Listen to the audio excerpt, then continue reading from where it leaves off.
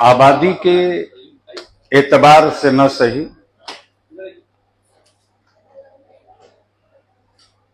दर्द की आवाज पर कुछ लोग इकट्ठा हो गए।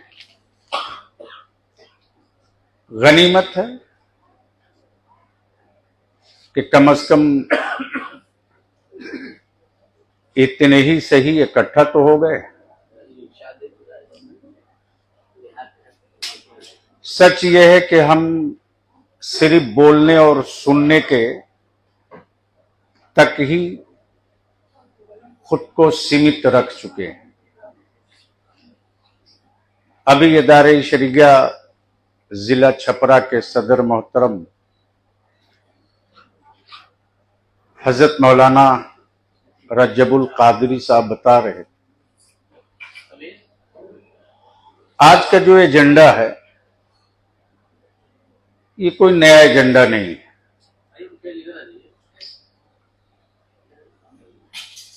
कुछ प्रॉब्लम हुकूमत क्रिएट की है तो कुछ मुसीबत मुसलमानों ने खुद से पैदा किया है।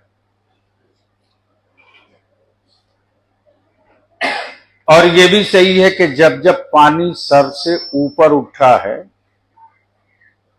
तो तारीख का ये हिस्सा गवाह है, चाहे मुल्क का मामला हो या मजहब का मामला हो, आगे आलिमों को ही आना पड़ा है। और आलिम आगे आकर जंग लड़ देता है तो बाद में आलिम के मुकद्दर में, हिस्से में, बचत में गाली के अलावा कुछ मिलती नहीं है। और इससे मायूस भी नहीं होनी चाहिए। हम शुक्रगुजार हैं हजरत मौलाना इमरान साहब के, इनके वालिद साहब के सालाना फातिहे में शिरकत के लिए हाजिर हुआ। मोहतरम जनाब इरशाद खान साहब, सलीम भाई, रुक जाओ,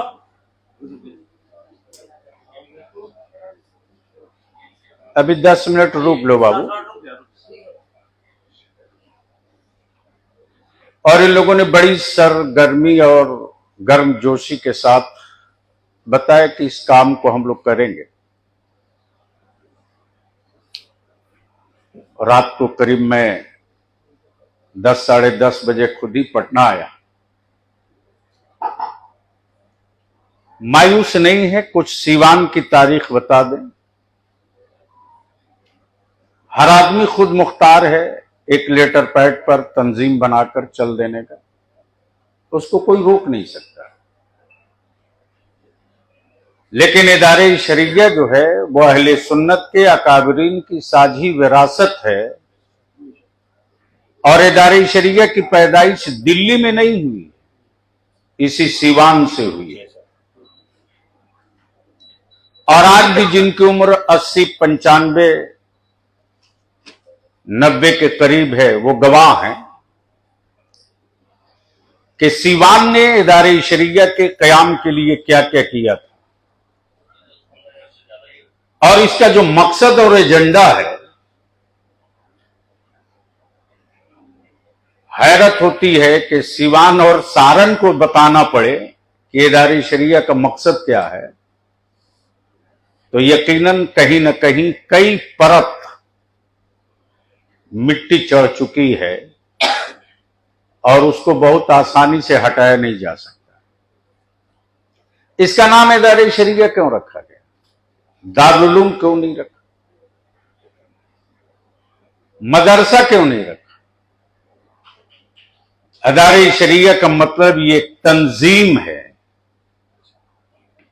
ये तहरीक है। और इसी इदारे शरीया ने शाहबानो केस की सबसे मजबूत लड़ाई पूरे मुल्क में कहीं लड़ी थी तो वो सीवान है। और ये भी सही है कि जो बोझ, जो लोड हिंदुस्तान का कोई जिला नहीं उठा सका, उस दौर में हम लोगों के बाप दादा ने वो बोझ उठाया है और वो सीवान है।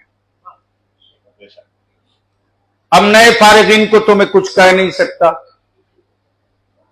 इसलिए कि मोबाइल का डब्बा काफी है जंग जीतने के लिए। किसी के खिलाफ कुछ भी लिख दो, बक दो, बोल दो, क्या फर्क पड़ना। वो समझता है कि हमने एक जंग जीत लिया कि फलाने के खिलाफ बोल दिया। याद कीजिए 17 साल पहले पागल की तरह मैं गली गली घूमता था, मस्जिद गिनो, मदरसा गिनो। तो उस वक्त हमारे आलिम कहते थे कि पता नहीं इदारे शरिया गिनवा रहा है, ले जाके कहीं बेच देगा। 17 साल पहले माने रखता। क्यों? अगर बहुत दूर तक आने वाले 10 साल के बाद मुल्क किधर जाएगा, अगर ये सोचने की और समझने की सलाहियत नहीं हो तो तस्बीह और मुसल्ला लेकर जंगल पकड़ लेना चाहिए। अल्लाह का वली बन जाइएगा, मैदान में काम नहीं कर पाइएगा। इसके लिए इकोसिस्टम और आईक्यू बहुत, जिसको उर्दू में दूरंदेशी कहते हैं, महसूस किया था, थक के छोड़ दिया।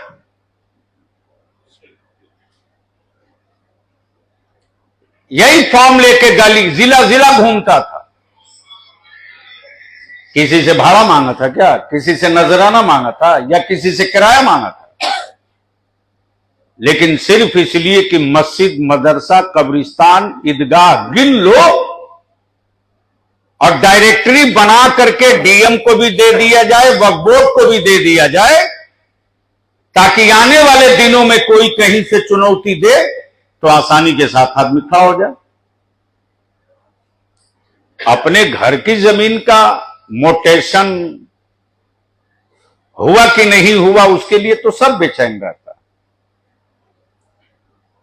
वो एक मसला है, लड़ाई तो होगी और लड़ाई रुकती कहां है। जो लड़ने वाले हैं वो लड़ेंगे, छोड़ेंगे नहीं। अभी मौलाना बता रहे थे इदारे शरिया के की जो पहली शुरुआत हुई तहरीक बेदारी, वो 14 दिसंबर 2023 को बेतिया से शुरू किए थे और बेतिया से चल करके झारखंड, बंगाल, बिहार, और अल्लाह का शुक्र है कि उसमें कामयाबी मिली है। इस वक्त सबसे महंगी अगर शादी कहीं है तो माफ कीजिएगा सीवान में है। इनकार नहीं कर सकते हैं आप। जिस निकाह को सुन्नत और इबादत कहा गया, नुमाइश बना दिया है लोगों ने। कंपटीशन में कर्ज लेकर के सजावट हो रही है, कंपटीशन में जहेज दिया जा रहा है, कंपटीशन में दस्तरखान लग रहा है। साहब, आखिर इस कंपटीशन का साइड इफेक्ट कहां जा रहा है? अफसर बन रहा अति पिछड़ा भाई का बेटा, एसपी, डीएम, कलेक्टर बन रहा शोषित वंचित भाई का बेटा। आप सजाते रहिए दस्तरखान, खड़ी करते रहिए मोच, दिखाते रहिए बिल्डिंग, गिनवाते रहिए गाड़ियां। आने वाले दिनों में आपकी गाड़ियों को कोई देखने वाला नहीं है। लेकिन अफसोस कि हमारी कोई चटाई नहीं बन सकी, हमारा कोई समाज नहीं बन सका।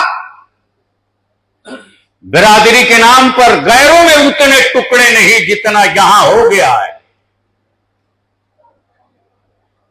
कौन दूर करेगा? हुकूमत। उससे लड़ने के लिए ज्यादा मेहनत की जरूरत नहीं है, एक ही मेहनत का वक्त है। और वहां भी मुसलमान बैक फुट पर है, लिख लीजिए जो मैं कह रहा हूं। उसके लिए संजीदगी से 3-4 पॉइंट तय करना चाहिए, और अगर कुछ करने की हिम्मत है तो एक्शन का रिएक्शन आने में टाइम लगेगा। सिर्फ आलिमों के चीखने चिल्लाने से कुछ बदलने वाला नहीं है, वरना रात भर कॉन्फ्रेंसें होती, जलसे होती, असर क्या होता है साहब? कोई असर दिखता है क्या? जब तक कि मेरी कम्युनिटी के सरमायादार, असरदार, रसूखदार, साहबे हैसियत लोग मैदान में नहीं उतरेंगे, तब तक सिर्फ आलिमों के बोलने से कुछ नहीं होगा। बात औकाफ की चल रही थी। किस मस्जिद का मुतवल्ली महेश था? किस मस्जिद का सिगरेटी गणेश था? लेटेस्ट खबर है इरशाद भाई, 350 बीघा एक अंचल में जमीन है वक्फ की,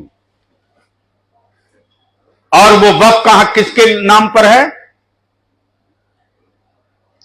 कश्मीरी कोठी यतीम खाना के नाम पर।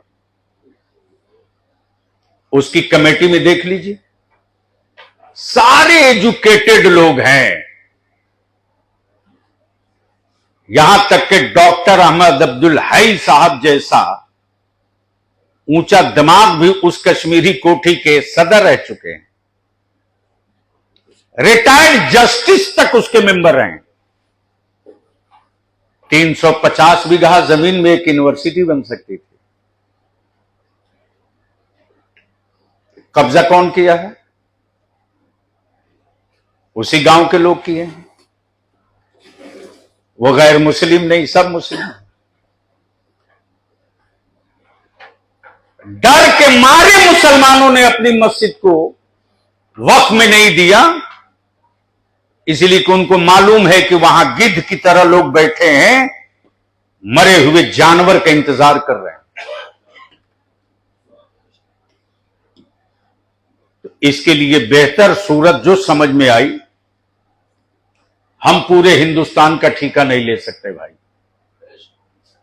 हमको तो एहसास निदामत भी होती है और शर्मिंदगी का एहसास भी होता है। पटना में एक मंदिर की कमाई से और एक मंदिर के ट्रस्ट से कैंसर अस्पताल चल सकता है, लेकिन दरगाहों के बड़े बड़े तिजोरियों से आज तक हम एक स्कूल नहीं खोल सके। इससे ज्यादा शर्मिंदगी की बात क्या हो?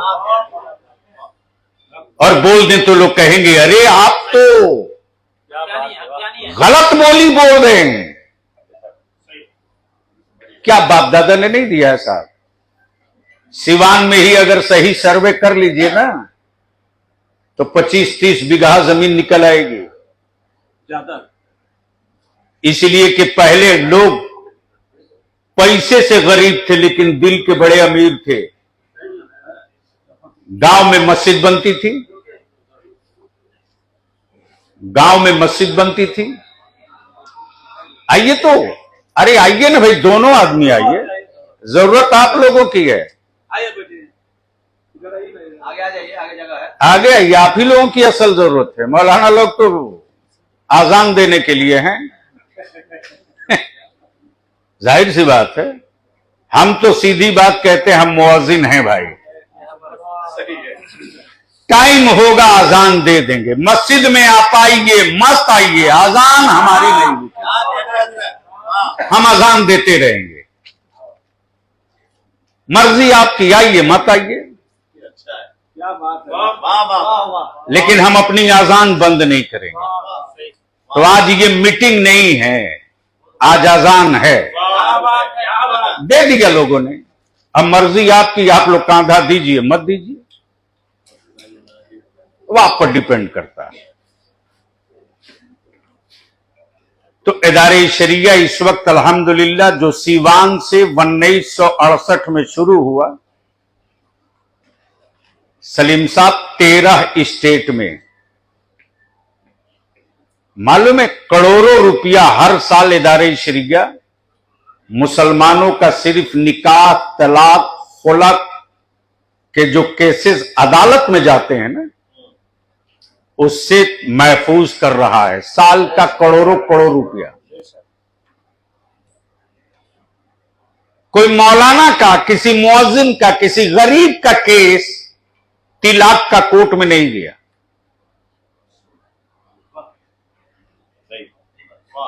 एक मिसाल दे दीजिए, सिवान में सारे जिम्मेदारान हैं कि किसी गरीब की बेटी के निकाह और तलाक का मुकदमा डिस्ट्रिक्ट कोर्ट में गया हो। ये सारा केस नए पैसे वालों के गए हैं। नाम है मुसलमान जी, लेकिन इस्लाम से उतना रिश्ता नहीं है, गोश्त से रिश्ता है।